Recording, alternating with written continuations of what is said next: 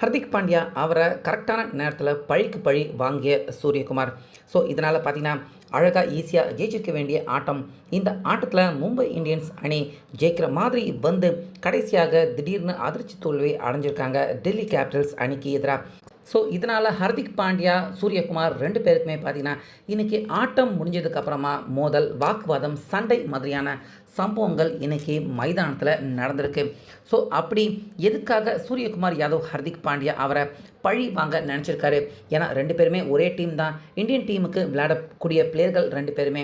சூரியகுமார் எதுக்காக இந்த மேட்ச்சில் வேணும்னே ஹர்திக் அவரை பழி வாங்கியிருக்காரு? முக்கியமாக ஜெயிக்க வேண்டிய ஆட்டத்தில் எந்த இடத்துல வேணும்னே மும்பை இந்தியன்ஸ் அணி அவங்க கோட்டையை விட்டுருக்காங்க. ஹர்திக் பாண்டியா இரண்டு பேருக்குமே சண்டை நடக்கக்கூடிய காரணங்கள் எல்லாமே என்னென்ன அப்படிங்கிற விவரம் இந்த வீடியோவில் இப்போ பார்க்கலாம். ஸோ அதனால் வீடியோவை ஸ்கிப் பண்ணாமல் பாருங்கள். அதாவது கடந்த ஆட்டத்தில் சுமார் 200க்கும் அதிகமான ரன்னை சக்ஸஸ்ஃபுல்லாக சேசிங் பண்ணி மும்பை இந்தியன்ஸ் அணி அபார வெற்றி அடைஞ்சிருந்தாங்க. இப்படி இருக்க இன்றைக்கி டெல்லி அருண் ஜெய்ட்லி கிரிக்கெட் ஸ்டேடியத்தில் டெல்லி அணி மும்பை இந்தியன்ஸ் அணி ரெண்டு பேருமே விளையாடுறாங்க. ஸோ இதில் ஒரு சிக்கல் இன்றைக்கி ஆட்டம் துவங்குறதுக்கு முன்னாடி என்ன அப்படின்னு பார்த்தீங்கன்னா, ஹர்திக் பாண்டியா அவரால் விளையாட முடியலை. அதாவது இன்ஜூரி எதுவும் கிடையாது, உடம்புக்கு ஏதோ பார்த்தீங்கன்னா சின்னதாக கொஞ்சம் அன்ஃபிட்டாக ஹர்திக் பாண்டியா உணர்ந்திருக்காரு. அதனால் விளையாடாமல் சூரியகுமார் யாதவ் அவர்கிட்ட கேப்டன்சி தரப்பட்டிருக்கு. சூரியகுமார் யாதவ் அவர் தலைமையில் தான் இன்றைக்கி டெல்லி கேபிட்டல்ஸ் அணிக்கு எதிராக மும்பை இந்தியன்ஸ் அணி அவங்க விளையாண்டுருக்காங்க. ஸோ இந்த மேட்ச்சில் ஃபஸ்ட்டு பேட்டிங் பண்ணது மும்பை இந்தியன்ஸ் அணி தான். மும்பை இந்தியன்ஸ் அணி பக்கம் கடந்த ஆட்டத்தில் விளாசினது மாதிரி 200 ரன்னுக்கு மேலே மும்பை இந்தியன்ஸ் அணி விளாச போகிறாங்க அப்படின்னு பார்த்தா, ஓப்பனராக வந்த ரிக்கல் பார்த்தீங்கன்னா 9 ரன்னுக்கே அவுட் ஆகிட்டார். ஸோ அவர் அவுட் ஆனது கூட பரவாயில்ல.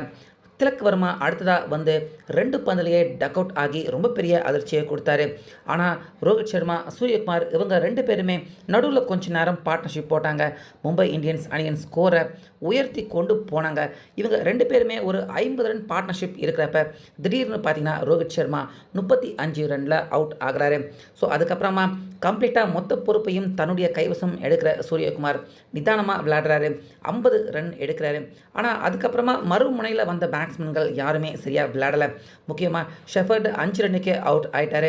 நமன் 23 ரன் எடுத்தார். கொஞ்ச நேரம் களத்தில் நின்று சூரியகுமார் கூட பார்ட்னர்ஷிப் போட்டார். ஆனாலுமே 28 ரன் தான். அதே நேரத்தில் சூரியகுமார் யாதவ் அவரும் ஹாஃப் செஞ்சுரி அடித்து அவுட் ஆகிட்டார்.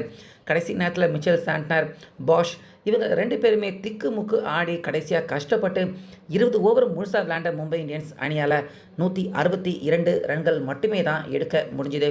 ஸோ இது ஒரு பெரிய டார்கெட் கிடையாது. ஈஸியாக டெல்லி கேபிட்டல்ஸ் அணி இந்த ரன்னை எடுத்துடுவாங்க அப்படின்னு தான் எல்லாருமே எதிர்பார்த்தாங்க.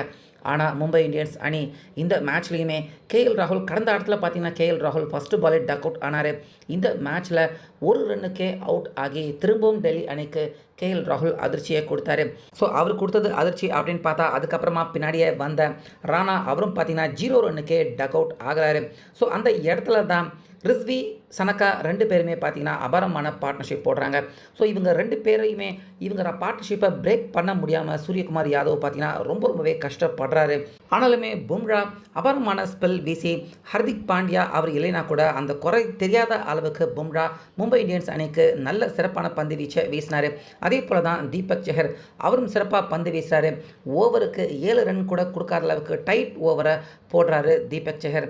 ஸோ அவரை போலவே தான் மிச்சல் சாண்ட்னர் அவரும் பார்த்தீங்கன்னா ஸ்பின் போலிங் தான், ஆனால் டஃப்பாக போடுறாரு. டைட்டாக பந்து போட்டு அங்கே டெல்லி அணியின் ஸ்கோர் வேகத்தை பார்த்தீங்கன்னா கட்டுப்படுத்துகிறாரு.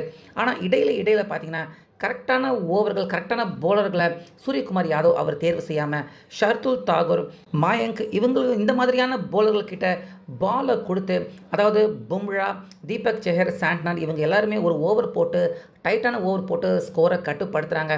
ஆனால் அதுக்கப்புறமா அடுத்தடுத்து டைட் ஓவர் போடக்கூடிய தீபக் சஹர் பும்ரா கிட்ட கொடுக்காம ஷர்துல் தாகூர், மாயங்க் அதுக்கப்புறமா பாஷ் இந்த மாதிரியான போலர்கள்கிட்ட பந்தை கொடுத்து எக்ஸ்பென்சிவ் ஓவராக பார்த்தீங்கன்னா முக்கியமான ஆட்டத்தின் முக்கியமான கட்டத்தில் சூரியகுமார் யாதவ் அவர் ஆக்கி விட்டுட்டார். ஸோ இதனால் ஒரு மாதிரி ஜெயிக்கிற மாதிரி வந்தாங்க மும்பை இந்தியன்ஸ். ஆனால் நிசனக்கா 44 ரன்கள் எடுத்து அவுட் ஆனார். அதுக்கப்புறமா முக்கியமான பிளேயரான ரிஸ்வி பார்த்தீங்கன்னா ஃபாஸ்டஸ்ட் அரை சதம் அடித்தது மட்டும் இல்லாமல் செஞ்சுரி நோக்கியே போயிட்டார் ரிஸ்வி. அவருக்கு நல்ல பார்ட்னர்ஷிப் கொடுத்தாரு டேவிட் மில்லர். இதனால் ரிஸ்வி பார்த்தீங்கன்னா செஞ்சுரி அடிப்பார் அப்படின்னு பார்த்தா 90 ரனில் அவுட் ஆகிறாரு. ஆனால் அதுக்குள்ளேயே பார்த்தீங்கன்னா பும்ரா டைட்டான ஓவர் போடுறாரு. செஹர், முக்கியமாக மிச்சல் சாண்டனர் இவங்க எல்லாருமே இவங்க 3 பேருமே தான் நல்லா பந்து போட்டாங்க. ஆனால் இவங்க 3 பேரில் பார்த்தீங்கன்னா தீபக் செஹர், மிச்சல் சாண்டனர் 2 பேருக்குமே ஒரு ஓவர் கடைசி வரைக்கும் சூரியகுமார் யாதவ் அவர் தரவே இல்லை. ஸோ இதனால் நிச்சயமாக இவங்களுக்கு பந்து கரெக்டான நேரத்தில் ஓவர்கள் கொடுத்துருந்தா நிச்சயமாக பார்த்தீங்கன்னா ரிஸ்வி, டேவிட் மில்லர் இவங்க எல்லாரையுமே கட்டுப்படுத்தியிருப்பாங்க.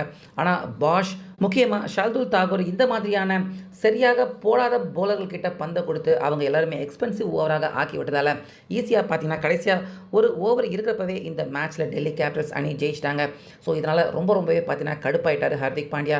நிச்சயமாக இந்த மேட்ச்சில் ஈஸியாக ஜெயிச்சிருவோம் மும்பை இந்தியன்ஸ் அணி அப்படின்னு நினச்சிக்கிட்டு இருந்தா ஜெயிக்கிற மாதிரி போன ஆட்டத்தை இப்படி சூரியகுமார் யாதவ் அவர் தேவையில்லாமல் கரெக்டான போலர்கள் கிட்ட பாலை கொடுக்காம போலிங்கை மாற்றி கொடுத்து குழப்பி விட்டு இந்த மேட்ச்சில் தோத்துட்டியடா அப்படின்னு மைதானத்திலே வச்சு ஹர்திக் பாண்டியா பார்த்தீங்கன்னா சூரியகுமார் யாதவ் அவரை வெளுத்து வாங்கியிருக்காரு. அவர்கிட்ட சண்டையும் போட்டிருக்காரு.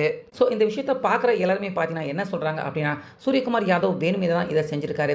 ஹர்திக் பாண்டியா இந்த மேட்ச் ஜெயிச்சா கேப்டனாக இருக்கிற ஹர்திக் பாண்டியா அவருக்கு இந்த சீரீஸில் ப்ளஸ் பாயிண்ட்டாக ஆயிடும். அது நடக்கக்கூடாது அப்படின்னு ஹர்திக் பாண்டியா வேணும்னே இந்த விஷயத்தை சூரியகுமார் ஹர்திக் அவருக்கு எதிராக செஞ்சிருக்காரு அப்படின்னு ரசிகர்கள் சொல்கிறாங்க. ஏன்னா ஃபஸ்ட் மேட்ச்சில் எல்லாம் பார்த்தீங்கன்னா இம்பேக்ட் பிளேயராக பிளேயிங் 11 ஸ்குவாட்லேயே ஹர்திக் பாண்டியா சூரியகுமார் யாதவ் அவரை சேர்க்கல.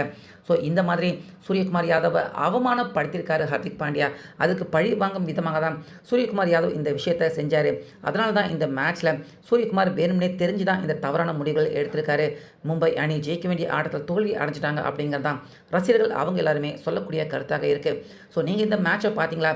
ஜெயிக்க வேண்டிய ஆட்டத்தை சூரியகுமார் அவர் வேணும்னே கோட்டை விட்டாரா? ஹர்திக் பாண்டியா, சூரியகுமார் இவங்க 2 பேருக்கும் இடையே ஒரு மாதிரி செட் ஆகாத பாண்டிங் தான் மும்பை இந்தியன்ஸ் அணியில் போயிட்டுருக்கு. இவங்க 2 பேருக்கும் இடையே வாக்குவாதம் சண்டையும் இன்றைக்கி தோத்ததுக்கு அப்புறமா நடந்திருக்கு. இதை பற்றி உங்கள் கருத்து என்ன அப்படிங்கிறத கமெண்ட்டில் சொல்லுங்கள்.